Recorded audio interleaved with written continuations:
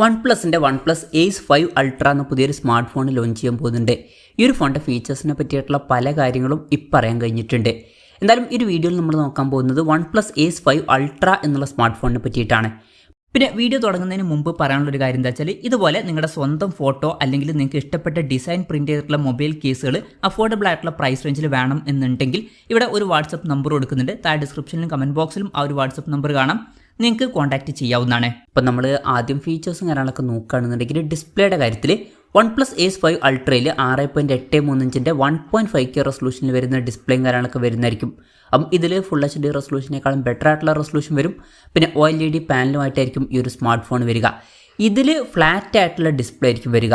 പിന്നെ punch hole design വരുന്നതായിരിക്കും. Punch hole വരിക ടോപ്പ് സെൻറ്റർ ഭാഗത്തായിട്ടായിരിക്കും. 144 Hz റിഫ്രഷ് റേറ്റും കാര്യങ്ങളൊക്കെ ഇതിൽ സപ്പോർട്ട് ചെയ്യുന്നതായിരിക്കും. അപ്പം അത്യാവശ്യം നല്ല ഡിസ്പ്ലേ ഫീച്ചേഴ്സും കാര്യങ്ങളൊക്കെ ഈ ഫോണിൽ വരുന്നതായിരിക്കും. പിന്നെ in display finger print sensor ഈ ഫോണിൽ വരും. ഇനി പ്രോസസ്സറിൻ്റെ കാര്യത്തിലോട്ട് വരികയാണെന്നുണ്ടെങ്കിൽ MediaTek Dimensity 9400+ എന്ന പ്രോസസ്സറുമായിട്ടായിരിക്കും ഈ ഒരു സ്മാർട്ട് ഫോൺ വരിക. ഈ ഒരു പ്രോസസ്സർ എന്ന് പറയുന്നത് MediaTekൻ്റെ ലേറ്റസ്റ്റ് ആയിട്ടുള്ള ഫ്ലാഗ്ഷിപ്പ് പ്രോസസ്സറാണ്. അപ്പം ബെസ്റ്റ് ആയിട്ടുള്ള ഒരു ഫ്ലാഗ്ഷിപ്പ് ലെവലിൽ വരുന്ന പെർഫോമൻസ് തന്നെ ഇതിൽ ലഭിക്കുന്നതായിരിക്കും. പിന്നെ 5G സപ്പോർട്ട് വരും. ഈ ഒരു ഫോണിൽ 16 GB റാം വരെയും അതുപോലെ തന്നെ 1 TB ഇൻറ്റേർണൽ വരെയും വരുന്നതായിരിക്കും.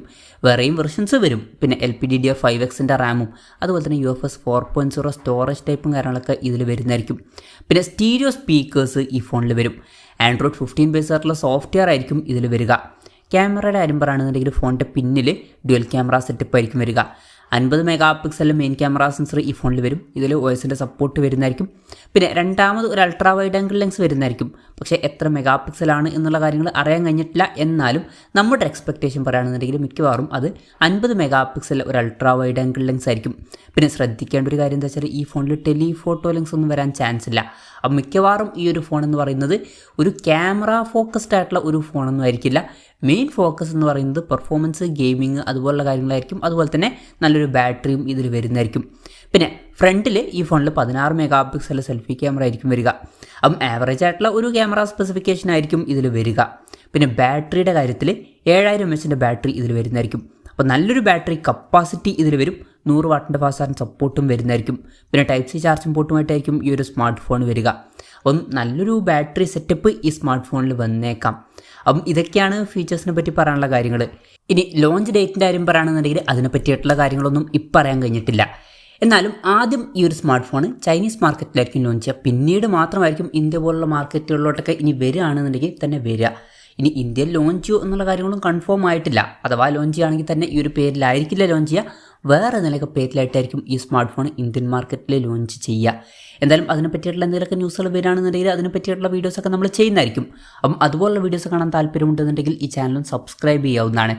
പിന്നെ വിലയുടെ കാര്യം പറയുകയാണെന്നുണ്ടെങ്കിൽ അതിനെ പറ്റിയിട്ടുള്ള കാര്യങ്ങൾ അറിയാൻ കഴിഞ്ഞിട്ടില്ല.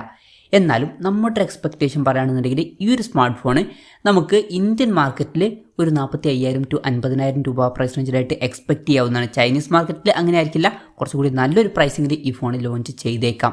എന്തായാലും കൺഫർമേഷൻസ് ഒന്നുമില്ല, ജസ്റ്റ് നമ്മുടെ എക്സ്പെക്റ്റേഷൻ പറഞ്ഞു എന്നേ ഉള്ളൂ. എന്തായാലും OnePlusൻ്റെ Ace 5 Ultra എന്ന പുതിയൊരു സ്മാർട്ട് ഫോൺ ലോഞ്ച് ചെയ്യാൻ പോകുന്നുണ്ട്. ഈ ഒരു ഫോണിനെ പറ്റിയിട്ടുള്ള നിങ്ങളുടെ അഭിപ്രായം ജസ്റ്റ് ഒന്ന് കമൻറ്റ് ചെയ്യുക. അതുപോലെ തന്നെ ഈ ഒരു സ്മാർട്ട് ഫോൺ ഇന്ത്യൻ മാർക്കറ്റിൽ നിങ്ങൾ ഏത് പ്രൈസിങ്ങിലാണ് എക്സ്പെക്റ്റ് ചെയ്യുന്നത് എന്നുള്ള കാര്യം കൂടി ജസ്റ്റ് ഒന്ന് കമൻറ്റ് ചെയ്യുക.